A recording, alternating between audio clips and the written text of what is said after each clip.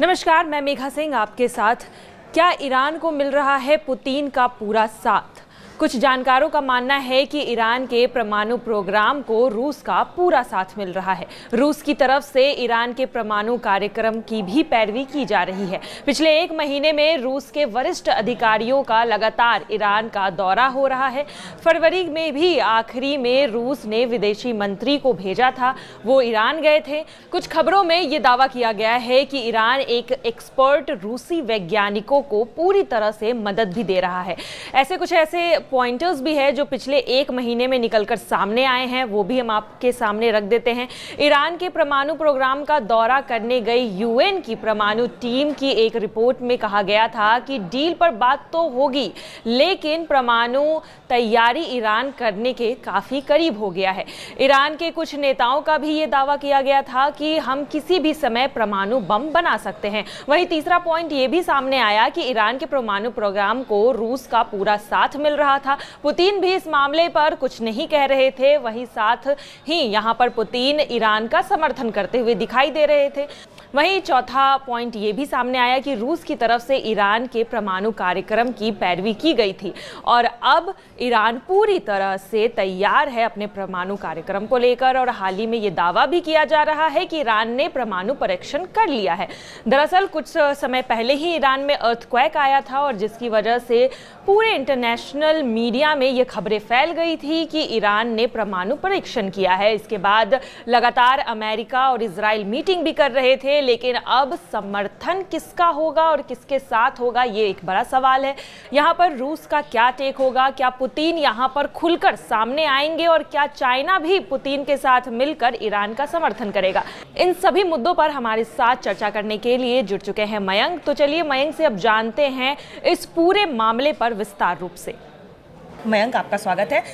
मयंक, सबसे पहला सवाल तो यही होगा कि क्या पुतिन अपनी दोस्ती है जो ईरान से निभाएंगे? देखिए, आपके सवाल का जवाब देखिए, इस समय इंटरनेशनल मीडिया में सबसे ज़्यादा चर्चा इस बात की है कि ईरान और अमेरिका के बीच युद्ध अब तय है। बस कुछ ही दिनों की बात है, अमेरिका ईरान पे ज़रूर हमला करेगा। इसके साथ जो जिस चीज़ की सबसे ज़्यादा चर्चा हो रही है वो ये कहा जा रहा है कि पुतिन का रुख ईरान को लेकर क्या होगा अगर अमेरिका हमला करता है तो। देखिए, मैं आपको एक बयान बताना चाहूँगा, ये हाल ही का बयान है जो कि पुतिन की तरफ से आया है। उन्होंने कहा है कि ईरान हमारा विश्वसनीय दोस्त है। देखिए, ये बहुत बड़ा बयान है जो कि पुतिन की तरफ से आया है। और अगर हम देखें जिस तरह से ईरान ने एक बड़े मास लेवल पे युद्ध की तैयारी शुरू कर दी है, अपनी मिसाइल्स डिप्लॉय करनी शुरू कर दी हैं, अपने जितने जंगी जहाज हैं, फाइटर प्लेन्स हैं, वो रेडी मोड में रख दिए हैं। करीब 10 कमांडर जो हैं ईरान के, वो इस पूरी प्रिपरेशन में जुटे हुए हैं। ऐसे में पुतिन का ये कहना कि ईरान हमारा विश्वसनीय दोस्त है, ये बहुत मैटर करता है। देखिए, अब इसकी वजह क्या है? इसकी वजह हमको समझना होगा कि कैसे पुतिन और खामेनेई इस पूरे इलाके में एक बड़ा गेम चेंजर इनकी दोस्ती साबित हो सकती है।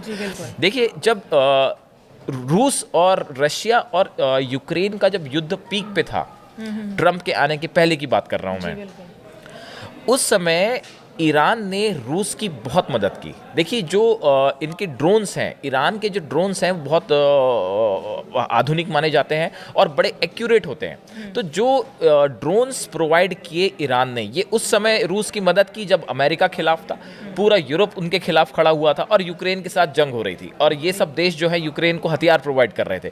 ऐसी स्थिति में ईरान वो देश था जो रूस की पुतिन की मदद के लिए सामने आया। उन्होंने उन्हें ड्रोन्स प्रोवाइड किए। इतना ही नहीं, जो ऑयल की ज़रूरत थी, टैंक्स के ऑयल्स, बड़े पैमाने पर बताया जाता है कि ईरान की तरफ से ऑयल्स जो हैं वो प्रोवाइड किया गया रूस को।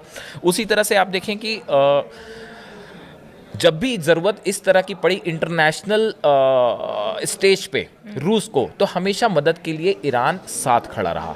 तो देखिए, ये पुतिन के बारे में ये कहा जाता है कि पुतिन जो है वो अपनी दोस्ती हमेशा निभाते हैं। ऐसा कहा जाता है कि जब भी अगर ज़रूरत पड़ने पे किसी ने रूस की मदद की है, पुतिन की मदद की है, तो पुतिन हमेशा उसकी ईमानदारी से मदद करते हैं। तो अब देखिए जी, अगला सवाल मैं यही पूछना चाहती हूँ कि रूस अगर ईरान के साथ आ जाता है तो फिर अमेरिका को कितना बड़ा झटका लग सकता है इस चीज़? देखिए, आपको पहले कुछ बात तो समझने की ज़रूरत है कि अगर हम पिछले 3-4 महीने के जो डेवलपमेंट्स हुए ईरान और रूस के बीच में, ऐसा बताया जाता है कि जब ये ईरान ने इजराइल पर हमला किया था, जो मिसाइल अटैक हुआ था, उसके बाद ये माना जा रहा था कि हो सकता है अमेरिका या इजराइल बहुत बड़े पैमाने पर मिसाइल अटैक कर दे ईरान के ऊपर।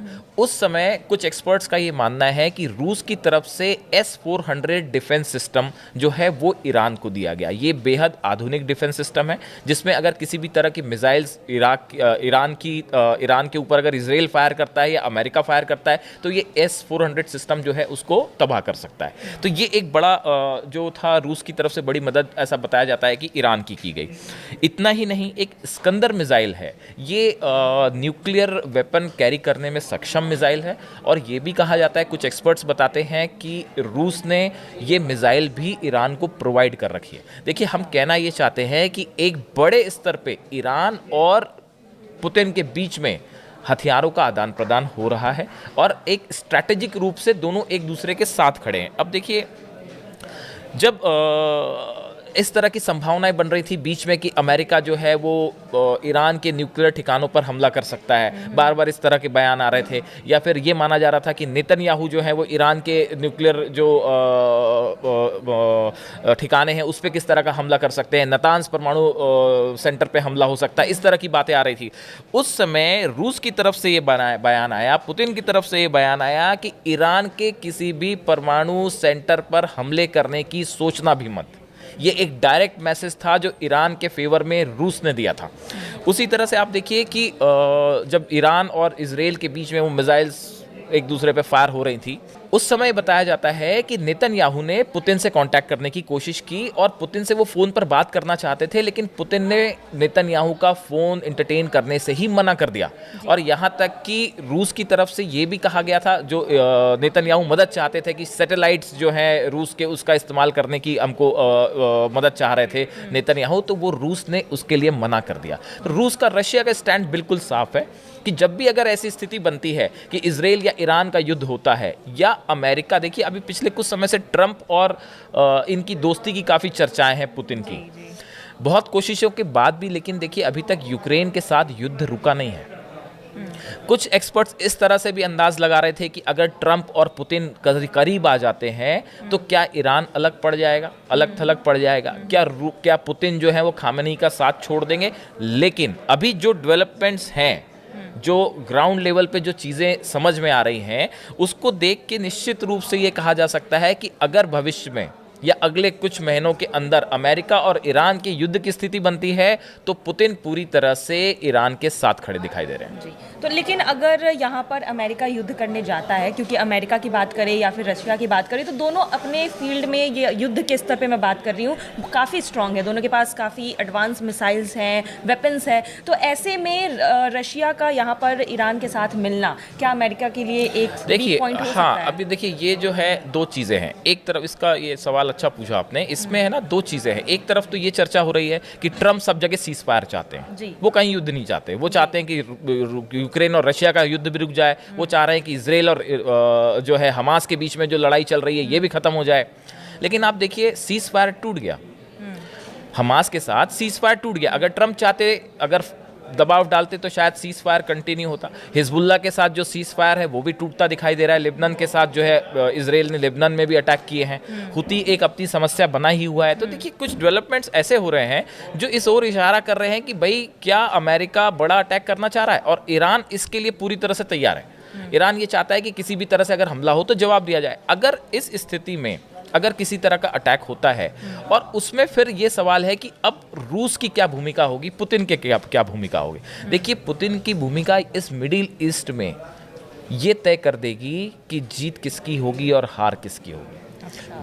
देखिए पुतिन जो है, पुतिन के पास रूस के पास जितने हथियार हैं, मिसाइल्स हैं, एयर डिफेंस सिस्टम है, हथियार हैं, सब कुछ एडवांस टेक्नोलॉजीज हैं। ऐसी स्थिति में अगर ईरान के साथ खुलकर पुतिन खड़े हो जाते हैं तो इससे दो चीज़ें तो तय हैं। पहली बात, इजराइल और अमेरिका के वो प्लान्स कभी कामयाब नहीं हो पाएंगे जैसा वो करना चाह रहे हैं।